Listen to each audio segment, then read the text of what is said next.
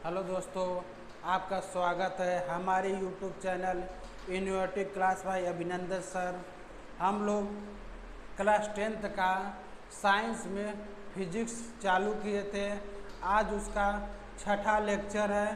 5 lecture ले चुके हैं जो हमारे चैनल पे पड़ा हुआ है, आप लोग जाके देख सकते हैं। आज हम छठा लेक्चर देख रहे हैं और प्रकाश के बारे में हम लोग पढ़ रहे थे। प्रकाश होता क्या है, प्रकाश का परावर्तन। इसके पिछले लेक्चर में हम लोग प्रकाश का परावर्तन देखे थे और प्रकाश के परावर्तन का नियम देखे थे और प्रकाश के परावर्तन के प्रकार देखे थे। आज हम थोड़ा उसका रिवीजन कर लेते हैं कि क्या क्या होता है। तो सर्वप्रथम हम प्रकाश का परावर्तन देखते हैं। मान लीजिए कोई एक चिकना पृष्ठ और पॉलिशदार सतह होता है। ये कोई चिकना पृष्ठ एक तरफ एक कलई किया हो रहता है, इधर कोई भी लेप लगा रहता है, जैसे कोई भी लेप लगा रहता है इधर का, और ये जो ऊपर वाला हिस्सा होता है इसको परावर्तक पृष्ठ कहते हैं। जब इस पे प्रकाश की किरण को हम डालते हैं, जब कोई प्रकाश की किरण को हम इस पर डालते हैं, डाले गए प्रकाश को क्या कहते हैं? आपतित किरण कहते हैं। इसको हम लोग आपतित किरण कहते हैं। और जब इस पे पड़ेगा, यहाँ से किरण परावर्तित करेगा। इसको क्या बोलते हैं? परावर्तित किरण बोले थे। और यहाँ जिस बिंदु पे आपतित किरण और परावर्तित किरण आती और जाती है, इसको हम लोग बोले थे आपतन बिंदु। इसको हम लोग बोले थे आपतन बिंदु। और आपतन बिंदु पर एक सीधी रेखा खींचे थे हम लोग, एक सीधी रेखा खींचे थे। इसको हम लोग बोले थे अभिलंब। अभिलंब को यन से प्रदर्शित करते हैं। अभिलंब को यन से प्रदर्शित करते हैं। और आपतित किरण और अभिलंब के बीच बने कोण को आपतन कोण कहते हैं। क्या कहते हैं? आपतन कोण। और आपतन कोण को स्मॉल आई से प्रदर्शित करते हैं, स्मॉल आई से प्रदर्शित करते हैं। और अभिलंब और परावर्तित किरण के बीच बने कोण को परावर्तन कोण कहते हैं।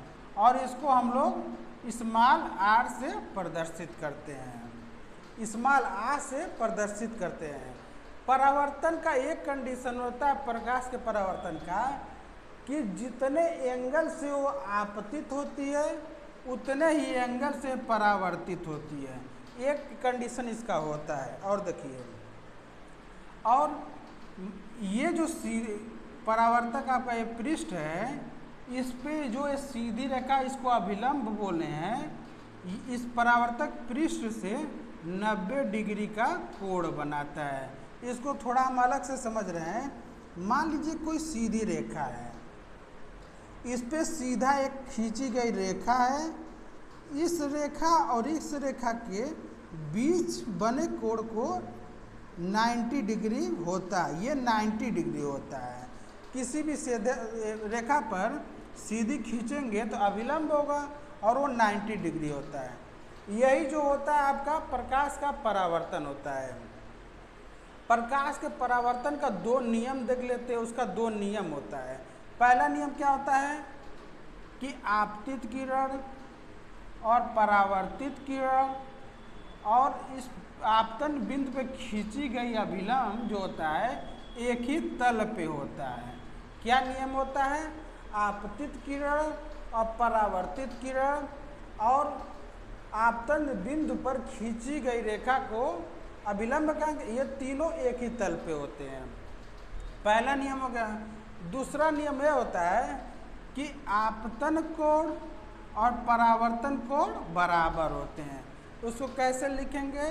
दूसरा नियम, कोण आई बराबर कोण आर। ये आपका दूसरा नियम हो गया।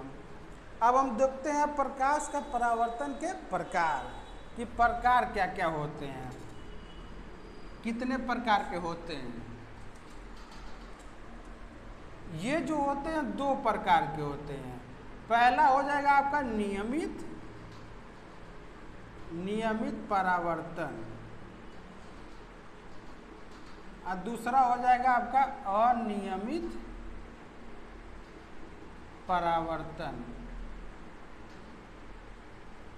नियमित परावर्तन में कोई एक चिकना पृष्ठ हम लोग लेंगे, कोई चिकना पृष्ठ लेंगे जो समतल है, एक तरफ कलई किया रहता है। इस पर जब कई सारी किरण को हम डालेंगे, जब कई सारी किरण को हम लोग डालेंगे तो यह परावर्तन होने के बाद एक दूसरे के समांतर हो जाती है। परावर्तन होने के बाद एक दूसरे के समांतर हो जाती है, यही आपका नियमित परावर्तन हो गया। अनियमित परावर्तन को देखेंगे, यहाँ जो पृष्ठ होता है थोड़ा खुरदुरा रहता है, थोड़ा ऊंचा नीचा रहता है, गड्ढा जैसे टाइप होता है, और नीचे का हिस्सा जो होता है कलई किया रहता है। इस पे जब हम कई सारे किरणों को डालेंगे तो परावर्तन होने के बाद ये किसी भी दिशा में परावर्तित हो जाता है। कैसे? मान लीजिए एक किरण ये ले लिए, एक किरण ये ले लिए, एक किरण ये, एक किरण ये, ऐसे मान लीजिए किरण आया, ये इधर परावर्तित हो जाएगा, ये इधर परावर्तित हो जाएगा, ये इधर परावर्तित हो जाएगा, ये इधर परावर्तित हो जाएगा। इसी को अनियमित परावर्तन कहते हैं। अनियमित से ही आप अर्थ लगा सकते हैं कि नियमित परावर्तन न होना, इधर उधर परावर्तन होना।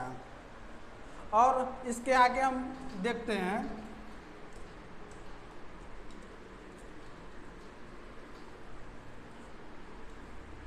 प्रकाश के परावर्तन में। हम इसके पिछले लेक्चर में 2 न्यूमेरिकल कराए थे, आज एक छोटा सा न्यूमेरिकल और देख लेते हैं क्या होता है। जैसे मान लीजिए एक पृष्ठ हो गया, इस पे यह आपतित किरण आएगी, यहाँ से परावर्तित होगी, इस पे का विलंब रहेगा। ये कोण अगर मान लीजिए 35 डिग्री है, तो अगर आपसे स्मॉल आई का मान पूछे तो आप लोग निकालेंगे कैसे? स्मॉल आई मतलब आपतन कोण होता है। और देखिए हम लोग जानते हैं कि पृष्ठ और अभिलंब के बीच का 90 डिग्री का कोण बनता है। ये जो होता है 90 डिग्री का कोण बन जाएगा। हम लोग 90 में से अगर 35 घटा देंगे तो हम लोग को परावर्तन कोण मिल जाएगा। क्या करेंगे? 90 से 35 अगर घटा देंगे तो हम लोग को क्या मिल जाएगा? परावर्तन कोण मिल जाएगा। आपका 55 डिग्री हो जाएगा। ये 55 डिग्री आपका परावर्तन कोण हो जाएगा। हमको निकालना स्मॉल आई। हम लोग जानते हैं स्मॉल आई बराबर स्मॉल आर होता है परावर्तन के दूसरे नियम से। तो जब यह 55 डिग्री है तो कोण आई बराबर 55 डिग्री हो जाएगा। ये आपका आंसर हो जाएगा। अब इसके आगे नेक्स्ट हम टॉपिक देखते हैं।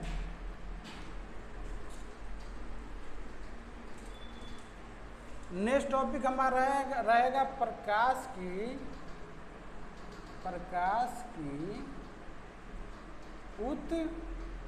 उत्क्रमणीयता। प्रकाश की उत्क्रमणीयता, reversibility of light. Reversibility of light.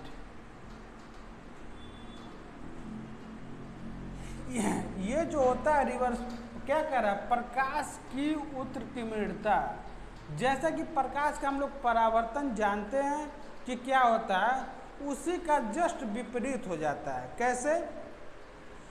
इसमें जो आपतित किरण होगी वह परावर्तित किरण हो जाएगी, और जो परावर्तित किरण रहेगी वो आपतित किरण हो जाएगी। इसको हम फिगर के द्वारा समझेंगे। मान लीजिए ये फिगर ये हो गया, ये हो गया, ये हो गया, ये अभिलंब हो गया, ये पृष्ठ है, ये पृष्ठ है। ये जो होता है इसको हम बोलते हैं आपतित किरण। आपतित किरण हो गया। ये आपका हो गया परावर्तित किरण, परावर्तित किरण हो गया, ये आपका अभिलंब हो गया। इसी फिगर को जस्ट हम उल्टा कर देते हैं। क्या कैसे करेंगे? मान लीजिए ये कोई पृष्ठ हो गया, ये किरण आया, ये किरण गया, ये अभिलंब हो गया। ये जो होता है आपका आपतित किरण हो जाएगा, आपतित किरण हो जाएगा। ये आपका जो हो जाएगा परावर्तित किरण हो जाएगा। ये आपका अभिलंब रहेगा, अभिलंब। देखिए अब इस फिगर में देखिए, ये वाली जो रेखा है ये आपतित किरण है, और जो ये परावर्तित होकर जा रही है, ये परावर्तित किरण हो जा रही है। और जस्ट इसके विपरीत यहाँ पे देखिए, यहाँ पे जो ये वाली रेखा है, यहाँ पे परावर्तित किरण हो जा रही है, और ये जो परावर्तित किरण है आपतित किरण हो जा रही है। तो जस्ट विपरीत है ना, उसी का मतलब होता है प्रकाश की उत्क्रमणीयता, रिवर्सिबिलिटी ऑफ लाइट। मतलब इसी को रिवर्स कर दिए हैं हम। जो आपतित किरण है उसको परावर्तित किरण कर दिए हैं, और जो परावर्तित किरण है उसको हम आपतित किरण कर दिए हैं। आप लोग समझ गए होंगे। सपोज कर लीजिए यहीं पे एक मिरर रख दीजिए, यहीं पे एक मिरर रख दीजिए। मिरर का मतलब दर्पण। यहीं पे एक दर्पण रख दीजिए। दर्पण रखेंगे तो मेरा आपतित किरण परावर्तित किरण हो जाएगा, और जो परावर्तित किरण है वो आपतित किरण हो जाएगा। यही आपका जो होता है रिवर्सिबिलिटी ऑफ लाइट, प्रकाश की उत्क्रमणीयता होती है। आप लोग समझ गए होंगे कि प्रकाश की उत्क्रमणीयता होती क्या है।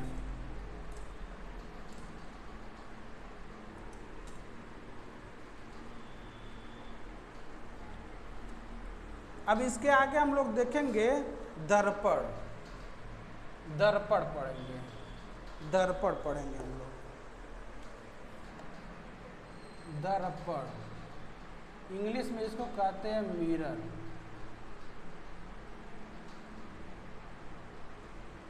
दर्पण एक ऐसा पृष्ठ होता है जो एक तरफ कलई किया हुआ रहता है, और एक जो सतह होता है वहाँ से जो भी चीज़ें होती है परावर्तित होती है, और जो इमेज बनता है। जैसे हम अपने घर में शीशे का उपयोग करते हैं अपना चेहरा देखने के लिए, अपनी पूरी बॉडी को देखने के लिए, उसी को हम लोग दर्पण कह सकते हैं। जैसे घर में जो शीशे का प्रयोग किया जाता है, मान लीजिए ऐसे ही रहता है वो, इसके पीछे कलई किया हुआ जाता है। वो जो पीछे का हिस्सा उस पर लेड ऑक्साइड का प्रयोग कर सकते हैं हम। लेड ऑक्साइड का प्रयोग करते हैं। और आगे वाला हिस्सा जो होता है चमकदार होता है, जिस पे हमारा प्रतिबिंब बनता है, जिस पे हम अपने चेहरे को देख सकते हैं, वही आपका। अब पीछे जो होता है लेड ऑक्साइड हो गया। और कई पहले के ज़माने में लोग इस शीशे के पीछे मिट्टी का जो कलई, जो मिट्टी रहता है उसको भी लगा देते थे, पीछे वाला हिस्सा ढक जाता था। अब हम देखेंगे दर्पण के प्रकार कौन कौन से होते हैं।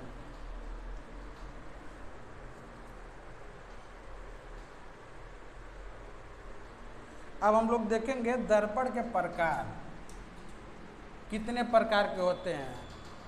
ये दो प्रकार के होते हैं। पहला आपका होगा समतल दर्पण, समतल दर्पण। और दूसरा आपका हो जाएगा गोलीय दर्पण, गोलीय दर्पण। समतल दर्पण आप लोग समझ लीजिए, जो हमारे घरों में जो दैनिक जीवन में प्रयोग किया जाता है, जिससे हम अपनी छवि, अपना रूप देखते हैं, उसी को समतल दर्पण कहते हैं। जो पीछे का हिस्सा में कलई किया रहता है, उसके पीछे वाला हिस्सा में लेड ऑक्साइड का प्रयोग करते हैं, और आगे का हिस्सा जो होता है परावर्तक पृष्ठ होता है, जो हमारे घरों में होता है, उसी को समतल दर्पण कहते हैं। अब समतल दर्पण का गुण होता है कि क्या क्या गुण होता है, उसके बारे में हम लोग जान। सपोज कर लीजिए, मान लीजिए ये कोई शीशा है, ठीक। अब ये जो पीछे का हिस्सा रहेगा, ये जो पीछे का हिस्सा रहेगा, ये कलई किया हुआ रहेगा, कलई किया हुआ पृष्ठ होता है। और जो ऊपर का हिस्सा होता है इसको परावर्तक पृष्ठ बोलते हैं। इस पे से हम लोग अपनी छवि देखते हैं, कोई प्रकाश आएगा वो भी परावर्तित हो जाएगा, हम अपना चेहरा देखेंगे तो उस पर चेहरे की छवि बन जाएगी। प्रकाश का गुण भी होता है कि इसका गुण क्या होता है, इसमें प्रतिबिंब बनता कैसे कैसे है, बनता कैसे कैसे है।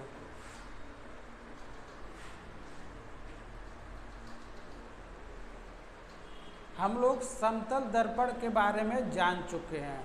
अब समतल दर्पण के कुछ गुण होते हैं कि उससे प्रतिबिंब बनता कैसे है, क्या क्या होता है उस कंडीशन में। अब गुण हम देखेंगे। पहला गुण देखते हैं। पहला गुण क्या हो जाएगा, समतल दर्पण द्वारा बना प्रतिबिंब सदैव आभासी तथा सीधा होता है। अब इस लाइन का मतलब आप लोग समझिएगा, समतल दर्पण द्वारा बना प्रतिबिंब सदैव आभासी तथा सीधा होता है। हम लोग जब किसी दर्पण के सामने खड़ा होते हैं, मिरर के सामने खड़ा होते हैं, तो हमारी छवि कैसी बनती है। जब हम शीशे के सामने खड़ा होंगे तो हमारी छवि जो होती है सीधा बनता है। ऐसा तो है नहीं कि मेरा सर जो होता है नीचे चला जाता है और पैर ऊपर चला, ऐसा तो होता नहीं है। क्या होता है, सीधा बनता है। और यहाँ पे हम लोग आभासी का मतलब समझेंगे। आभासी क्या होता है, आभासी का मतलब ऐसा होता है कि मेरा दाया हाथ बाया बन जाता है, दाया आँख बाया बन जाता है, यही आभासी होता है। असल में हम मेरा दाया बाया तो नहीं होता है ना, लेकिन जब हम लोग मिरर में देखते हैं तो मेरा दाया हाथ बाया हाथ हो जाता है और बाया हाथ दाया हाथ हो जाता है। यही आपका आभासी का मतलब हो गया। दूसरा प्रॉपर्टी देखते हैं, क्या कह रहा है, समतल दर्पण द्वारा बने प्रतिबिंब का आकार वस्तु के आकार के बराबर होता है। जब हम शीशे के सामने खड़े होते हैं तो मेरा जितना साइज रहता है उसी के बराबर बनता है। ऐसा तो है नहीं मेरी हाइट अगर 5 फीट की है तो प्रतिबिंब 4 फीट का बनेगा, ऐसा तो होगा नहीं। जितना मेरी हाइट रहेगी उसी के आकार का प्रतिबिंब बन जाएगा।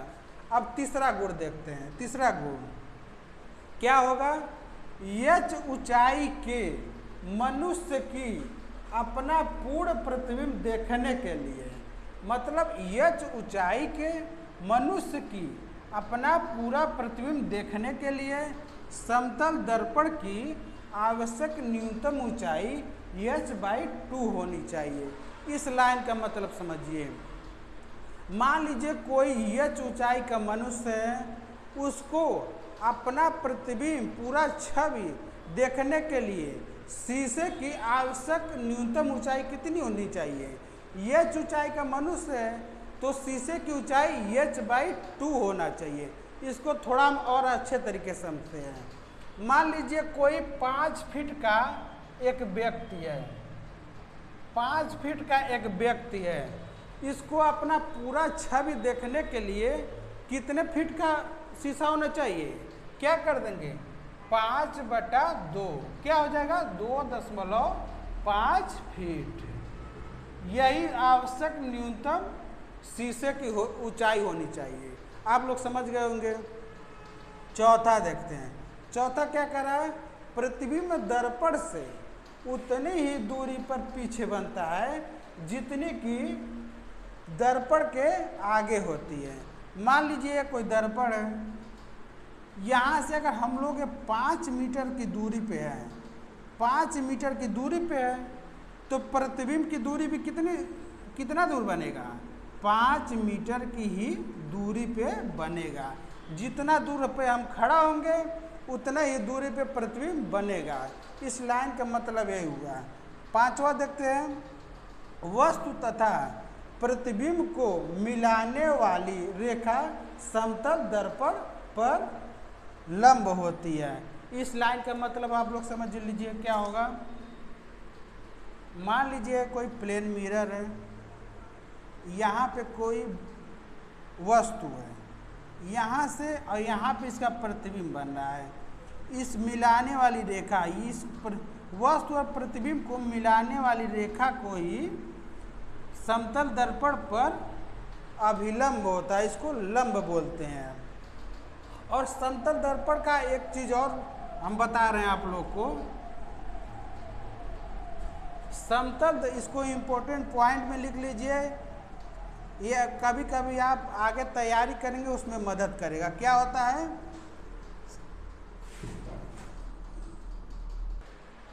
हम लोग समतल दर्पण में एक इम्पोर्टेंट पॉइंट देख रहे थे। क्या होता है, समतल दर्पण की फोकस दूरी जो होती है, फोकस दूरी अनंत होता है, अनंत होता है। ये आप जब कंपटीशन की तैयारी करेंगे उसमें भी एक कभी कभी पूछ लेता है। अनंत का मतलब क्या होता है, 1/0। किसी भी संख्या में जब 0 से हम भाग देंगे तो उसका मान अनंत आता है। हम लोग समतल दर्पण अब देख लिए, अब हम लोग देखेंगे गोली दर्पण कि गोली दर्पण क्या होता है।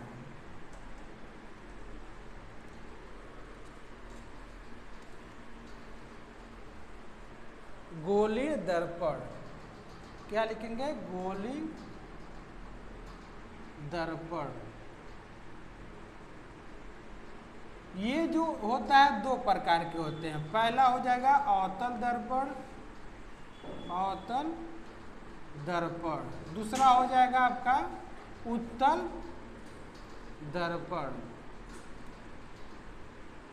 उत्तल दर्पण। इसको कॉनकेव मिरर कहते हैं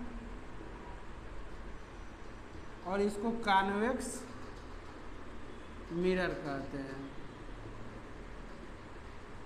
अब हम लोग समझेंगे कि अवतल दर्पण क्या होता है और उत्तल दर्पण क्या होता है।